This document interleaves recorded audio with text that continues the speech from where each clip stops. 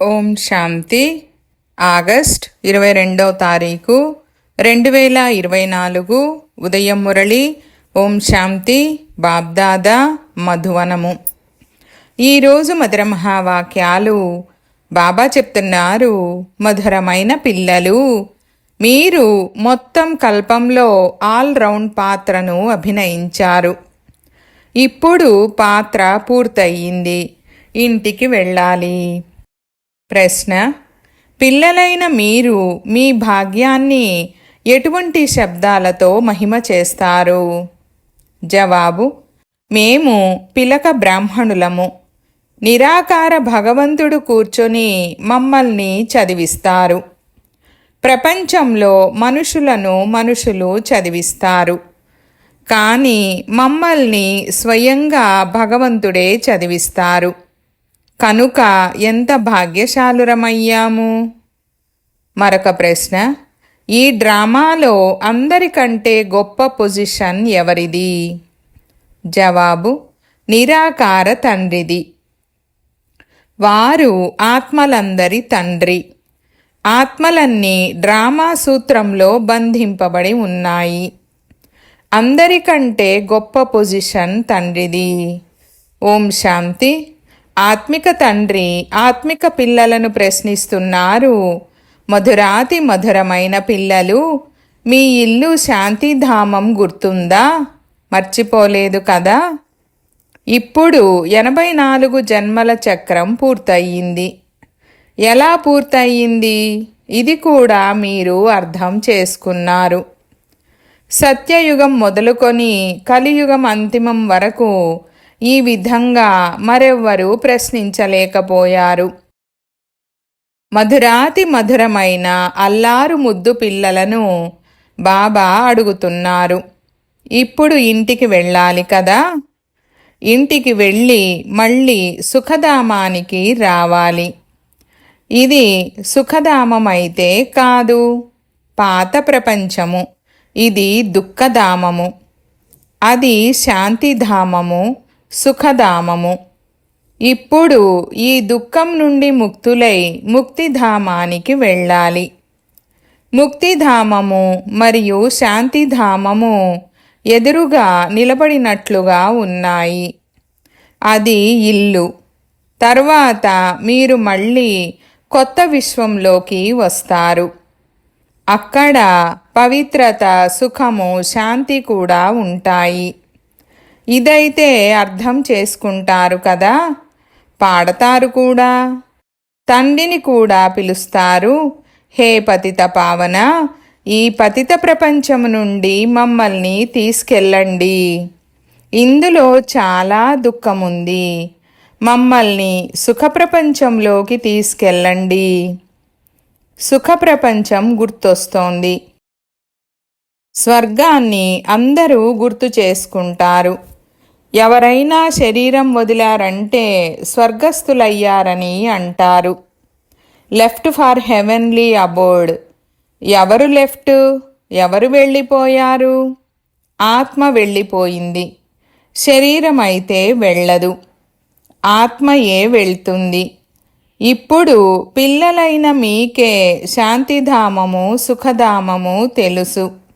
ఇంకెవ్వరికీ తెలీదు. పిల్లల బుద్ధిలో ఈ నాలెడ్జ్ ఉంది. శాంతిధామము ఏది, సుఖధామము ఏది? మీరు సుఖధామంలో ఉండేవారు. ఇప్పుడు దుఃఖధామంలోకి వచ్చారు. సెకండ్లు, నిమిషాలు, గంటలు, రోజులు, సంవత్సరాలు గడిచిపోయాయి. 5000 సంవత్సరాలలో ఇప్పుడు కొద్ది రోజులు మాత్రమే మిగిలి ఉన్నాయి. తండ్రి పిల్లలకు స్మృతినిప్పిస్తూ ఉంటారు. చాలా సహజమైన విషయం. ఇందులో సంశయపడాల్సిన అవసరమే లేదు. ఆత్మ 84 జన్మలు ఎలా తీసుకుంటుంది, ఇది కూడా ఎవ్వరికీ తెలీదు. లక్షల సంవత్సరాల విషయమైతే ఎవరికైనా గుర్తుండడం కూడా కష్టం. ఇది 5000 సంవత్సరాల విషయమే. వ్యాపారులు కూడా స్వస్తిక్ గుర్తును అకౌంట్ పుస్తకాలపై గీస్తారు. దానిని గణేశుడని అంటారు. గణేశుని ఏనుగు తొండంతో చూపిస్తారు. మనుషులు ధనము ఖర్చు చేసి చిత్రాలు మొదలైనవి తయారు చేస్తారు. దీనిని వేస్ట్ ఆఫ్ టైం అని అంటారు. మీలో ఎంత శక్తి ఉండేది? మోటార్లో పెట్రోలు తగ్గిపోయినట్లుగా మీలో శక్తి రోజురోజుకు తగ్గిపోతూ వచ్చింది. ఇప్పుడు చాలా బలహీనంగా అయిపోయారు. 5000 సంవత్సరాల క్రితం భారతదేశం ఎలా ఉండేది? అపారమైన సుఖం ఉండేది. ఎంత గొప్ప ధనం ఉండేది! ఇటువంటి రాజ్యాన్ని వారు ఎలా పొందారు? రాజయోగం నేర్చుకున్నారు. ఇందులో యుద్ధము మొదలైన విషయాలే లేవు. వీటిని జ్ఞాన అస్త్రశస్త్రాలని అంటారు. ఇంకా ఎటువంటి స్థూల విషయము లేదు. జ్ఞాన అస్త్రశస్త్రాలు, జ్ఞానము, విజ్ఞానము, స్మృతి మరియు జ్ఞానాల ఎంత గొప్ప బలమైన అస్త్రశస్త్రాలు! మొత్తం విశ్వంపై మీరు రాజ్యపాలన చేస్తారు. దేవతలను అహింసకులని అంటారు. ఇప్పుడు పిల్లలైన మీకు మనుషుల నుండి దేవతలుగా అయ్యే శిక్షణ లభిస్తోంది. ప్రతి 5000 సంవత్సరాల తర్వాత అనంతమైన తండ్రి నుండి అనంతమైన వారసత్వం తీసుకుంటున్నామని మీకు తెలుసు. ఇది ఆత్మకు సంబంధించిన విషయం. ఇందులో స్థూలమైన యుద్ధము మొదలైన విషయాలేవీ లేవు. ఆత్మ పతితమైపోయింది కనుక పావనంగా అయ్యేందుకు అది తండ్రిని పిలుస్తుంది. ఇప్పుడు తండ్రి చెప్తారు, మధురాతి మధురమైన పిల్లలు ఇప్పుడు ఇంటికి వెళ్ళాలి.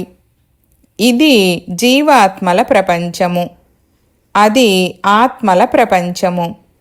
దానిని జీవాత్మల ప్రపంచమని అనరు. మనము దూరదేశ నివాసులమని ఘడియ ఘడియ స్మృతిలోకి తెచ్చుకోవాలి. ఆత్మలమైన మన ఇల్లు బ్రహ్మాండము. ఈ ఆకాశతత్వానికి ఆవల ఎక్కడైతే సూర్యచంద్రులు కూడా ఉండరో అక్కడ మనము ఉంటామని కూడా బుద్ధిలో ఉండాలి. మనము అక్కడ ఉండేవాళ్ళం. ఇక్కడ పాత్ర చేసేందుకు వచ్చాము. 84 జన్మల పాత్రను అభినయిస్తాము. అందరికీ 84 జన్మలు ఉండవు. మెల్లమెల్లగా పైనుండి దిగుతూ వస్తారు. మనము ఆల్రౌండర్లము. అన్ని పనులు చేసేవారిని ఆల్రౌండర్లని అంటారు. మీరు కూడా ఆల్రౌండర్లు. మీ పాత్ర ఆది నుండి అంతిమం వరకు ఉంది. ఇప్పుడు ఈ చక్రము పూర్తవుతుంది. అయినా పైనుండి వస్తూ ఉంటారు. చాలామంది పిల్లలు అక్కడ ఉండిపోయారు. వారు పైనుండి వస్తూ ఉంటారు, వృద్ధి చెందుతూ ఉంటారు. పిల్లలైన మీకు తండ్రి హంసో అర్థం కూడా అర్థం చేయించారు. ఆ జనులు ఆత్మ అయిన నేనే పరమాత్మనని అంటారు. వారికైతే డ్రామా ఆది మధ్య అంత్యము, డ్యూరేషన్ మొదలైన వాటి గురించి ఏమీ తెలీదు. మీకు తండ్రి అర్థం చేయించారు. ఈ శరీరంలో ఉన్న మీరిప్పుడు బ్రాహ్మణులు. ప్రజాపిత బ్రహ్మ ద్వారా శివబాబా మిమ్మల్ని దత్తత చేసుకున్నారు, చదివిస్తారు. ఇదైతే గుర్తుండాలి కదా. తండ్రి మమ్మల్ని చదివిస్తున్నారు. వారు ఉన్నతోన్నతమైన భగవంతుడు. ఆత్మలన్నీ ఈ డ్రామా అనే సూత్రంతో కూర్చబడి ఉన్నారు. ఇప్పుడు మీకు తెలుసు, మేము ప్రారంభంలో దేవతలము, తర్వాత మేమే క్షత్రియ ధర్మంలోకి వచ్చాము. అనగా సూర్యవంశం నుండి చంద్రవంశంలోకి వచ్చాము. ఎన్నెన్ని జన్మలు తీసుకున్నామనేది కూడా తెలియాలి. మొదట ఈ జ్ఞానము మీలో ఏమాత్రమూ లేదు. ఇప్పుడు తండ్రి అర్థం చేయించారు. ఇది వర్ణాల పల్టీలాట. ఇప్పుడు మళ్ళీ శూద్రుల నుండి బ్రాహ్మణులుగా అయ్యారు. బ్రాహ్మణుల నుండి మళ్ళీ దేవతలుగా అవుతారు. విరాట రూపాన్ని చూపిస్తారు కదా. మీ బుద్ధిలో ఎలా మేము క్రిందికి దిగాము, మళ్ళీ ఎలా బ్రాహ్మణ కులంలోకి వస్తాము, ఆ తర్వాత ఎలా దైవీ వంశంలోకి వస్తాము, ఈ మొత్తం జ్ఞానం కూడా ఉంది. ఇప్పుడు మీరు బ్రాహ్మణులు శిఖరం. శిఖరం అన్నిటికంటే ఎత్తుగా ఉన్నతంగా ఉంటుంది. మీ కులం వలె ఉన్నత కులమని ఇంకా ఎవరనిపించుకుంటారు? తండ్రి అయిన భగవంతుడు వచ్చి మిమ్మల్ని చదివిస్తున్నారు. మీరెంత భాగ్యశాలురు! మీ భాగ్యాన్ని కూడా కొద్దిగా మహిమ చేయండి. బయట అయితే మనుషులు మనుషులను చదివిస్తారు. వీరు నిరాకార తండ్రి. ఈ తండ్రి కల్పకల్పము ఒక్కసారే వచ్చి జ్ఞానాన్నిస్తారు. చదువు అయితే ప్రతి ఒక్కరూ చదువుతారు కదా. బ్యారిస్టర్ జ్ఞానము చదివి బ్యారిస్టరుగా అవుతారు. ఆ మనుషులు మనుషులను చదివిస్తారు. ఇప్పుడిది భగవాను వాచ. మనుషులను భగవంతుడని ఎప్పుడూ అనరు. భగవంతుడు నిరాకారులు. ఇక్కడికి వచ్చి పిల్లలైన మిమ్మల్ని చదివిస్తారు. చదువు సూక్ష్మవతనంలో గాని మూలవతనంలో గాని చదవరు. చదువు ఇక్కడే ఉంటుంది. ఇందులో తికమకపడే విషయమేదీ లేదు. పాఠశాలలో విద్యార్థులు మేము తికమకపడ్డాము, మాకు నిశ్చయం కలగడం లేదని ఎప్పుడైనా అంటారా? చదువు చదువుకొని తన స్టేటస్ తీసుకుంటారు. ఈ లక్ష్మీనారాయణులు సత్యయుగం ఆదిలో విశ్వానికి అధిపతులుగా ఎలా అయ్యారు? తప్పకుండా తండ్రి ద్వారానే అయ్యారు. తండ్రి సత్యమే చెప్తారు. భగవంతుడు ఏది రాంగుగా ఎంత మాత్రం చెప్పరు. చాలా పెద్ద పరీక్ష. ఈ సమయంలో ప్రజలపై ప్రజారాజ్యం ఉంది. రాజు రాణి లేనేలేరు. సత్యయుగంలో ఉండేవారు. ఇప్పుడు కలియుగ అంతిమంలోనూ లేరు. దీనిని పంచాయతీ రాజ్యమని అంటారు. కౌరవులు పాండవులని గీతలో రాశారు. ఆత్మిక పండాలు మీరే కదా. అందరికీ ఆత్మిక ఇంటికి మార్గం తెలుపుతారు. అది ఆత్మలైన మీ ఆత్మిక ఇల్లు. ఆత్మ జన్మ తీసుకొని పాత్రను అభినయిస్తుంది. ఈ విషయాలు మీకు తప్ప ఇంకెవ్వరికీ తెలియవు. ఋషులు మునులు మొదలైన వారెవ్వరికీ రచయిత తెలీదు, రచన ఆది మధ్య అంత్యాలు తెలియవు. లక్షల సంవత్సరాలని అనేస్తారు. కానీ దానికి కూడా ఎటువంటి పూర్తి లెక్కాచారము లేదు. సగం సగం కూడా ఉండటానికి వీల్లేదు. పూర్తి సగం సుఖధామం, తరువాత పూర్తి సగం దుఃఖధామం. ఇది పతిత వికారి ప్రపంచము, అది నిర్వికారి ప్రపంచము. తండ్రి ఎంత ఉన్నతాతి ఉన్నతమైన వారు, అయితే ఎంత సాధారణంగా ఉన్నారు. ఎవరైనా పెద్ద మనిషి, ఆఫీసర్లు మొదలైన వారిని కలిస్తే ఎంత మర్యాద ఇస్తారు. పతిత ప్రపంచంలో పతిత మనుషులే పతితులకు సాక్షాత్కారం అవుతారు. పావనమైన వారు గుప్తంగానే ఉన్నారు.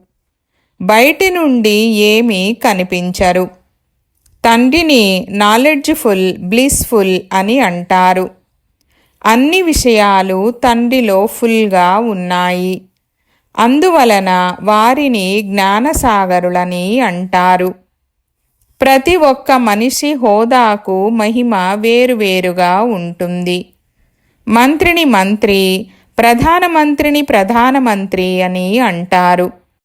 మరి వీరు ఉన్నతాతి ఉన్నతమైన భగవంతుడు. అందరికంటే గొప్ప పొజిషన్ నిరాకార తండ్రిది. మనమంతా తండ్రికి పిల్లలము. అక్కడ మనమందరం తండ్రితో పాటు పరంధామంలో ఉంటాము. అది ఇల్లు. ఇక్కడ అందరికీ తమ తమ పాత్ర ఉంది. కొందరు ఒక్క జన్మైన తమ పాత్రను అభినయించి తిరిగి వెళ్ళిపోతారు. ఇది మనుష్య సృష్టి యొక్క వెరైటీ వృక్షము. ఒకరు మరొకరితో కలవరు.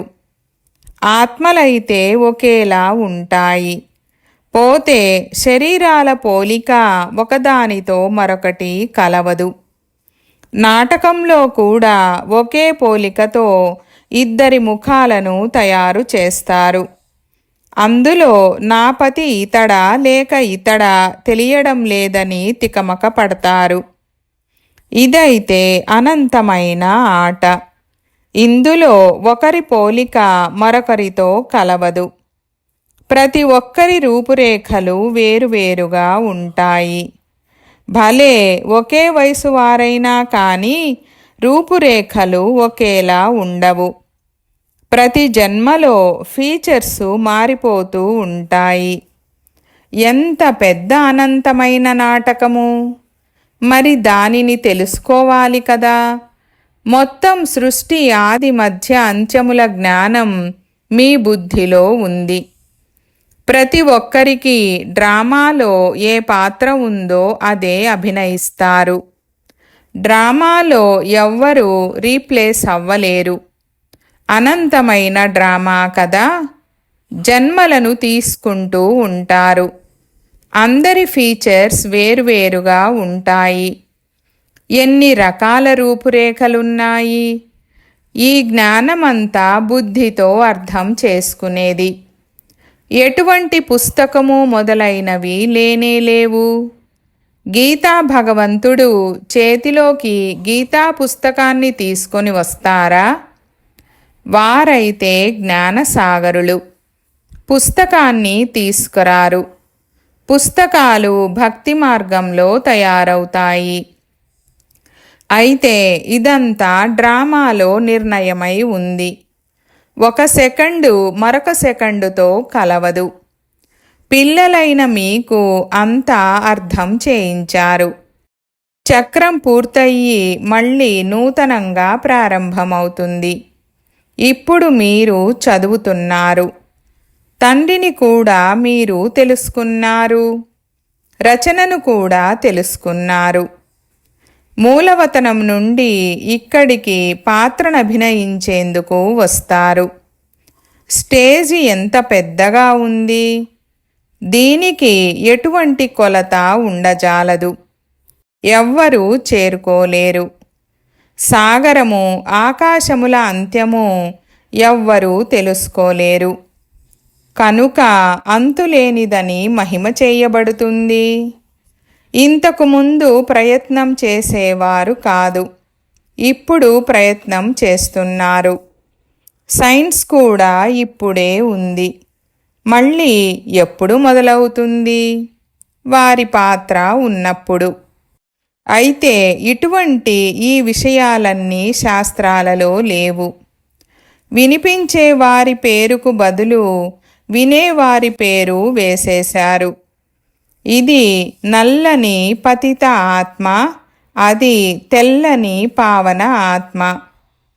నల్లని ఆత్మ వీరి ద్వారా విని తెల్లగా పవిత్రంగా అయ్యింది.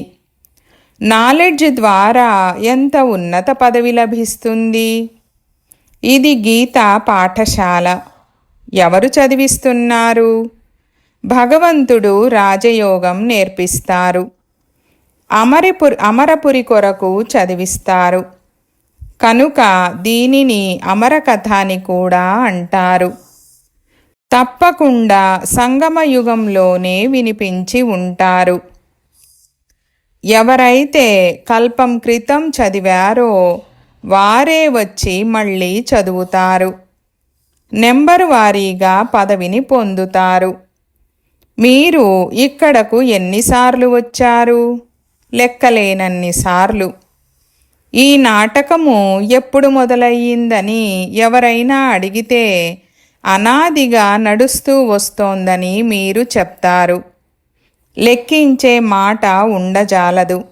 అడిగే ఆలోచన కూడా రాదు. శాస్త్రాలలో ఏవైతే చదువుతూ ఉంటారో అవన్నీ భక్తి మార్గంలోని కథలు. ఇక్కడైతే అనేక భాషలున్నాయి. సత్యయుగంలో అనేక భాషలు మొదలైనవి ఉండవు. ఒకే ధర్మము, ఒకే భాష, ఒకే రాజ్యాన్ని మీరు స్థాపన చేస్తున్నారు. వారైతే శాంతి స్థాపన చేసేందుకు సలహా ఇచ్చే వారికి ప్రైజ్ ఇస్తూ ఉంటారు. శివబాబా మీకు మొత్తం విశ్వంలో శాంతి స్థాపన చేసేందుకు సలహానిస్తారు. వారికి మీరు ఏ ప్రైజ్ ఇస్తారు? ఇంకా వారే మీకు ప్రైజ్ ఇస్తారు, తీసుకోరు. ఇవి అర్థం చేసుకోవలసిన విషయాలు. వీరి రాజ్యం ఉండేదనేది నిన్నటి మాట. ఇప్పుడైతే ఉండేందుకు కూడా జాగా లేదు. అక్కడైతే 2-3 అంతస్తులు నిర్మించాల్సిన అవసరం కూడా ఉండదు. కలప మొదలైన వాటి అవసరం ఉండదు. అక్కడ బంగారు, వెండితో కట్టిన ఇళ్ళు ఉంటాయి. సైన్స్ జోరుతో తక్షణం ఇళ్ళు తయారైపోతాయి. ఇక్కడైతే సైన్సుతో సుఖము ఉంది, దుఃఖము ఉంది. దీనితో మొత్తం ప్రపంచమంతా సమాప్తమైపోతుంది. దీనినే ఫాల్ ఆఫ్ పంపియా అని అంటారు. మాయా ఆడంబరం ఎంతగా ఉంది. షావుకార్లకు స్వర్గంలా ఉంది. అందుకే వారు మీ మాట కూడా వినరు. ఇంతకు ముందు మీకు కూడా తెలిసేది కాదు. ఇక్కడైతే తండ్రి వచ్చి డైరెక్టుగా మిమ్మల్ని చదివిస్తారు. బయటైతే పిల్లలు చదివిస్తారు. బంధుమిత్రులు మొదలైన వారు కూడా గుర్తొస్తూ ఉంటారు. ఇక్కడైతే తండ్రి కూర్చొని అర్థం చేయిస్తారు. రోజురోజుకు స్మృతి యాత్రలో మీరు పక్కా అవుతూ ఉంటారు. మీకు తర్వాత ఏది గుర్తురాదు. కేవలం ఇల్లు మరియు రాజధాని గుర్తొస్తాయి. ఇంకా ఈ నౌకరీ మొదలైనవి గుర్తుకు రావు. ఎలా మరణిస్తారంటే కూర్చొని హార్ట్ ఫెయిల్ అయినట్లు మరణిస్తారు. దుఃఖించే మాటే ఉండదు. ఆస్పత్రులు మొదలైనవేవి ఉండవు. తండ్రిని తెలుసుకున్నారు. స్వర్గానికి అధిపతులుగా అయ్యారు. మీకైతే హక్కు ఉంది, అందరికీ లేదు. ఎందుకంటే అందరూ స్వర్గంలోకి రారు కదా. अच्छा, मीठे मीठे सिकीलधे बच्चों प्रति माता पिता बाप दादा का याद प्यार और गुड मॉर्निंग. रूहानी बाप की रूहानी बच्चों को नमस्ते. हम रूहानी बच्चों की रूहानी बाप दादा को याद प्यार, गुड मॉर्निंग और నమస్తే నమస్తే బాబా నమస్తే. ధారణ కొరకు ముఖ్య సారము. 1వ పాయింట్, ఆత్మిక మార్గదర్శిగా అయ్యి అందరికీ ఆత్మిక ఇంటికి దారిని తెలపాలి. జ్ఞాన యోగాల అస్త్రశస్త్రాలతో మొత్తం విశ్వంపై రాజ్యపాలన చేయాలి. డబల్ అహింసకులుగా అవ్వాలి. 2వ పాయింట్, 84 జన్మల ఆల్రౌండ్ పాత్రను అభినయించేవారు ఇప్పుడు ఆల్రౌండర్లుగా అవ్వాలి. అన్ని పనులు చెయ్యాలి. అనంతమైన వెరైటీ డ్రామాలో ప్రతి పాత్రధారి పాత్రను చూస్తూ హర్షితంగా ఉండాలి. వరదానము: అవినాశి ఉమంగ ఉత్సాహాల ద్వారా తుఫాన్లను తోఫాగా చేసుకునే శ్రేష్ఠ బ్రాహ్మణాత్మ భవ. వివరణ: ఉమంగ ఉత్సాహాలే బ్రాహ్మణాత్మల ఎగిరే కళకు రెక్కలు. ఈ రెక్కలతో సదా ఎగురుతూ ఉండండి. ఈ ఉమంగ ఉత్సాహాలు బ్రాహ్మణులైన మీకు అతి పెద్ద శక్తి. మీది నీరస జీవితం కాదు. ఉమంగ ఉత్సాహాల రసము సదా ఉంటుంది. ఉమంగ ఉత్సాహాలు కష్టాన్ని కూడా సులభంగా చేసేస్తాయి. వారెప్పుడూ వ్యాకుల పడరు. ఉత్సాహము తుఫాన్ను తోఫాగా చేసేస్తుంది. ఉత్సాహము ఎలాంటి పరీక్షనైనా లేక సమస్యనైనా మనోరంజనంగా అనుభవం చేయిస్తుంది. ఇటువంటి అవినాశీ ఉమంగ ఉత్సాహాలలో ఉండేవారే శ్రేష్ఠ బ్రాహ్మణాత్మలు. స్లోగన్: శాంతి యొక్క సాంబ్రాణిని వెలిగించి ఉంచుకుంటే అశాంతి అనే దుర్గంధము సమాప్తమైపోతుంది. ఓం శాంతి.